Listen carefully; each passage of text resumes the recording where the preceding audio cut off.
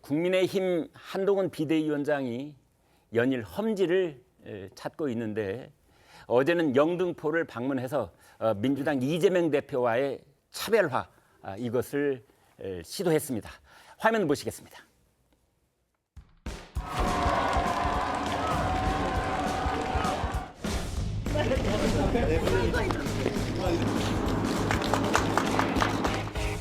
그리고 영등포가 제대로 발전하는 것은 서울 시민의 삶이 전반적으로 좋아지는 것을 의미합니다. 여러분, 이곳이 지하화된 장면을 한번 상상해봐 주십시오. 낮게 비어서 오는 것이 얼마 전에 이재명 대표가 한 일주일 전쯤에 여기에 왔었죠. 여기 와서 한바닥 욕만 쏟아놓고 갔는데요.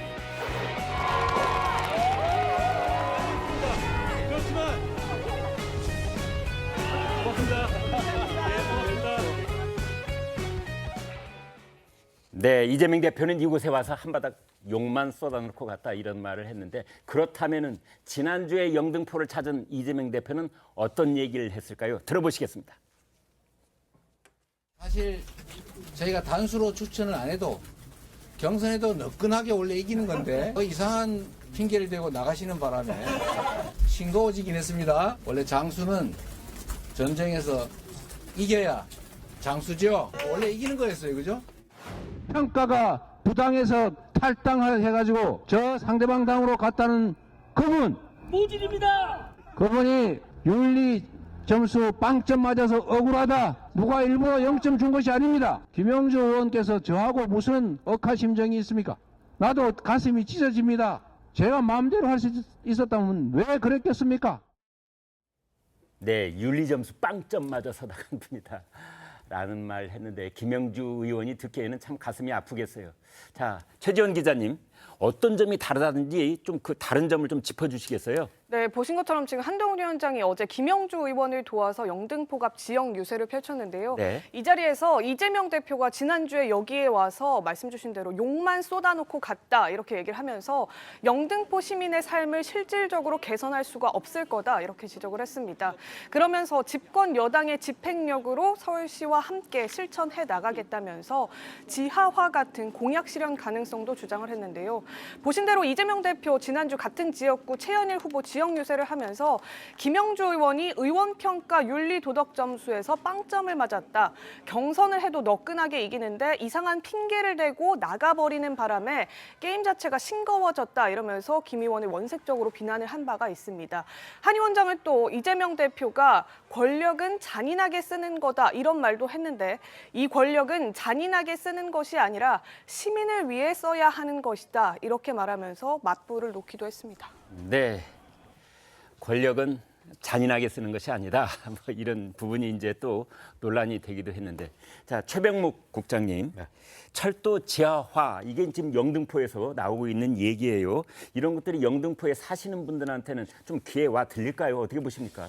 그렇죠. 과거에 보면 뭐 수도 이전이나 아니면 뉴타운 공약 뭐 이런 것들은 굉장한 우위력을 발휘했었죠. 예. 큰 지역 전체에 그 어떤 표심을 좌우했었습니다. 네. 그럼 이제 철도 지하화 같은 경우는 뭐 영등포가 처음은 아니고요. 지난번에 수원에 가서도 철도 지하화 얘기를 했거든요. 그렇습니다. 네. 근데 이거는 이제 그 지역의 그 일종의 지역 공약 성격을 띠고 있습니다. 아마 네. 지하화가 되면 그 지역 전체의 어떤 분위기나 아니면 접근성 같은 것이 굉장히 좋아질 것이기 때문에 그로 인해서 혜택을 받는 사람도 있을 거예요. 네. 그래서 이게 대형 공약이라고 할 수는 없지만 네. 적어도 그 지역에서 상당한 정도의 그 어떤 표의 흐름을 좌우할 수는 있겠다.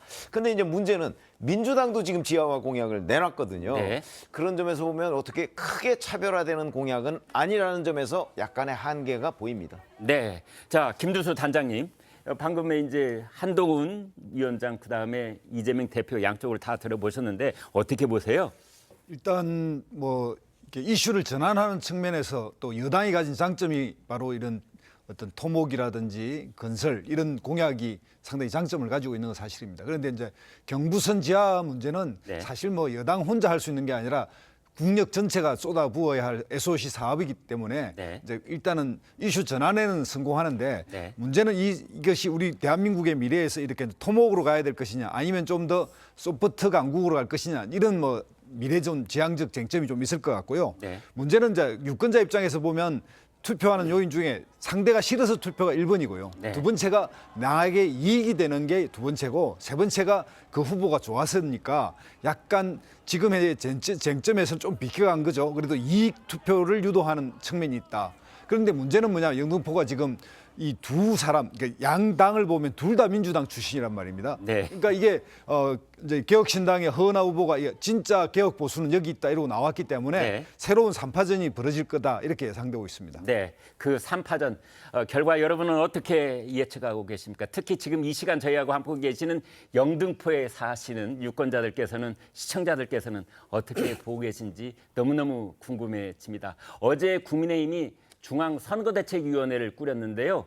그때 뭐 1대4 이런 얘기가 나오고 있어요. 자, 최 기자, 그 내용 좀 얘기해 주세요. 네, 이 한동훈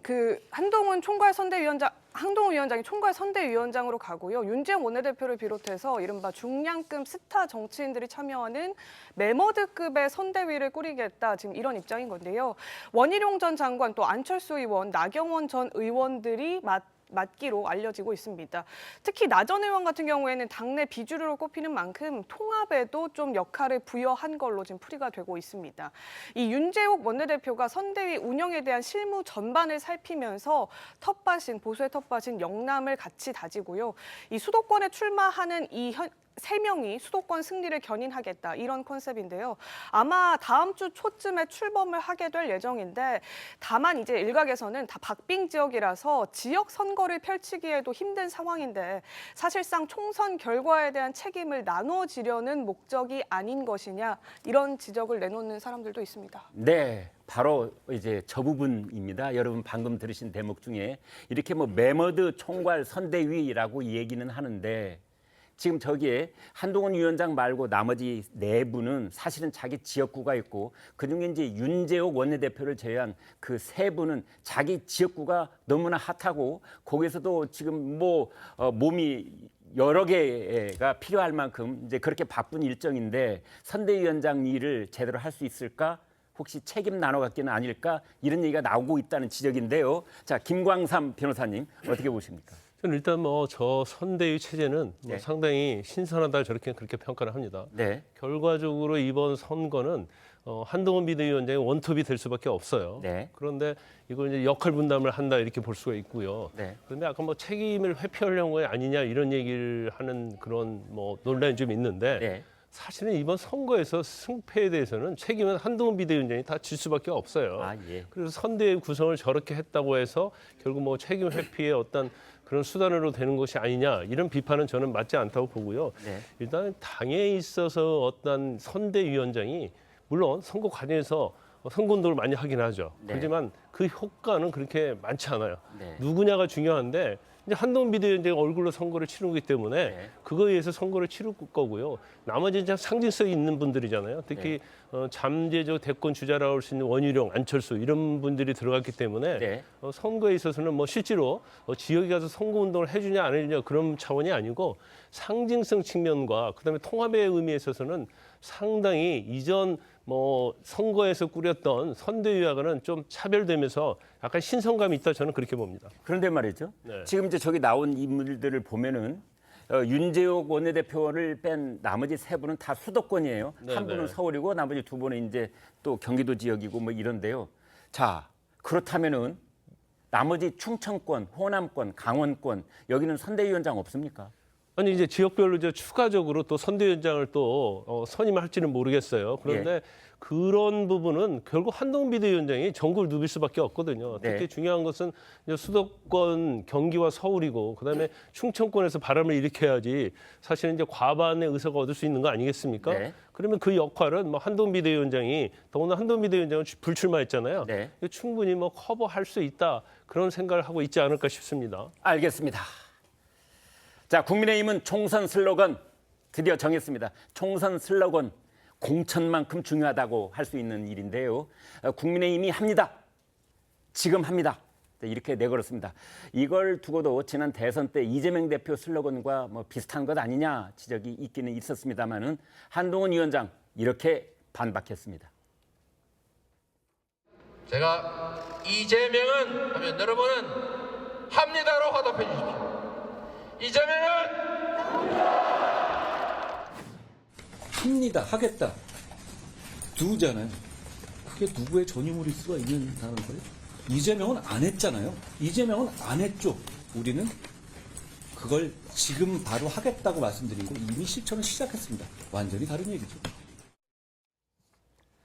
뭐 그래 말은 같다 합니다. 말은 같은데 이재명 대표는 안 했고 우리는 할 거다. 이제 이런 얘기를 했는데요.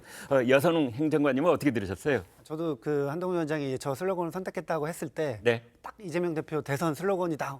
이거를 왜 실패한 슬로건인데 왜 차용했지? 네. 약간 이런 생각이 들었습니다. 예. 그리고 아까 좀 전에 이제 뭐 이재명 대표가 영등포에서 뭐 욕만 하고 갔다. 우리는 욕을 안 한다. 뭐 이렇게 이제 말씀하셨는데 네. 좀 아쉬운 것이 저는 이제 한동훈 위원장의 워딩을 보면은 이재명 대표 이야기가 빠진 적이 없습니다. 그러니까 예. 계속 이재명 이야기만 해요. 네. 그러니까 한동훈 위원장의 전략이 윤석열 대 뭐 이재명의 구도를 한동훈 대 뭐 그 이재명의 구도를 만들고 싶어가지고 그런 전략을 쓰는 거긴 한데요. 네. 저는 여당의 이 선거 전략은 즉 그 국정 운영은 이제 뭐 정부 여당이 하는 거죠. 야당은 집행 능력이 없습니다. 그러니까 야당은 정부 여당이 국정 운영을 잘 못한다. 심판하자. 이래서 정권 심판론. 네. 그리고 그 여당 같은 경우에는 아니다. 우리 좀 일을 열심히 할 테니까 지원해달라. 정권 지원론. 이게 큰 두 가지 축인데 한동훈 위원장 보면은 민주당 심판해달라.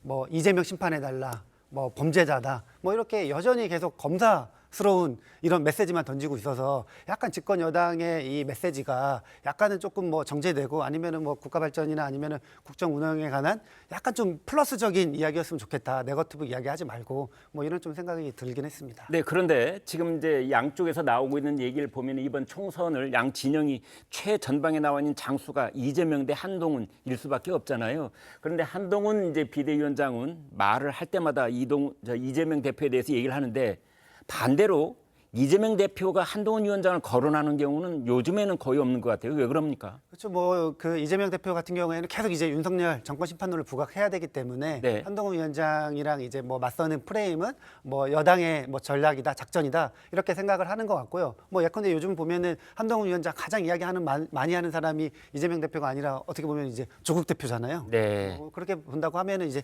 계속 이제 물고 물리는. 그러면 역할 분담을 한다? 뭐 역할 분담까지는 아니지만 이제 뭐 타겟을 확실하게 잡은 거죠. 네, 알겠습니다.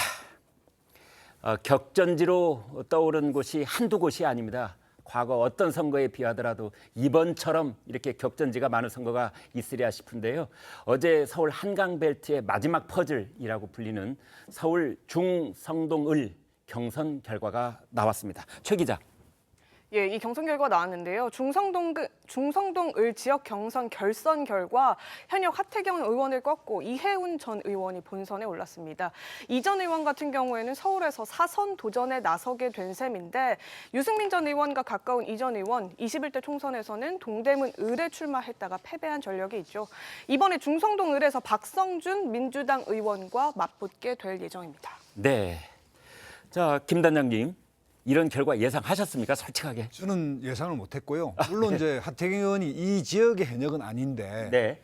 이 투표 결과를 보면 굉장히 이변입니다. 그러니까 70년 신민당의 그 대통령 후보 선출에서 네. 김영삼, 김대중, 그다음에 이철성 이 세 사람에서 이철성이 떨어지고 나서 네. 2등 했던 김대중 대통령이 역전시킬 때는 800명 정도의 대의원이었단 말입니다. 예. 이러니까 이게 역전이 가능한데 1차와 2차 투표에서 이 결과가 너무 차이가 나니까 이런 경우에는 뭔가 이게 통계적 오류가 있는 거 아닌가 하는 이제 문제 제기가 있을 수 있는데 예를 들면 이게 투표를 물어가는 과정에서 이제 1번 후보, 2번 후보를 교차로 이렇게 순환해서 묻거든요. 네. 이 순환하는 과정에서 혹시라도 통계적 문제가 있지 않았을까?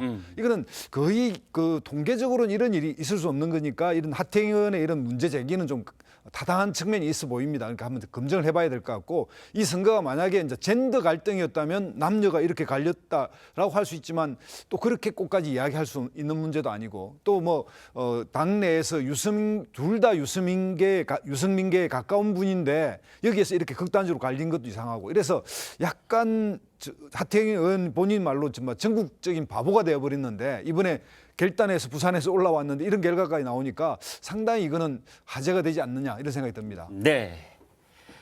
그래서 지금 이제 김단장님께서는 이걸 이변이라고 본인은 보신다 그런 말씀을 주셨고 어떤 신문은 역전승을 한 거다 또 이런 얘기도 했더군요. 이제 그런 말에 이해운 이번에 공천된 분은 동의를 할지 안 할지는 모르겠습니다만 아무튼 하태경 의원은 여론조사 믿을 수 없다 이러면서 문제 제기를 했습니다. 들어보시죠. 2차전에서는 저는 하루 이틀 만에 진행된 여론조사인데 약 4% 정도밖에 안 올랐고요. 그다음에 다른 이해운 후보는 29.71에서 49.13으로 20%가 더 뜁니다. 여론조사 전문가들한테도 다 지금 물어보고 왔는데 이런 일은 거의 일어나기 불가능하다. 뭐 의도적인 조작은 아닐지라도 어떤 착오나 이런 게 있을 수도 있지 않겠느냐 해서.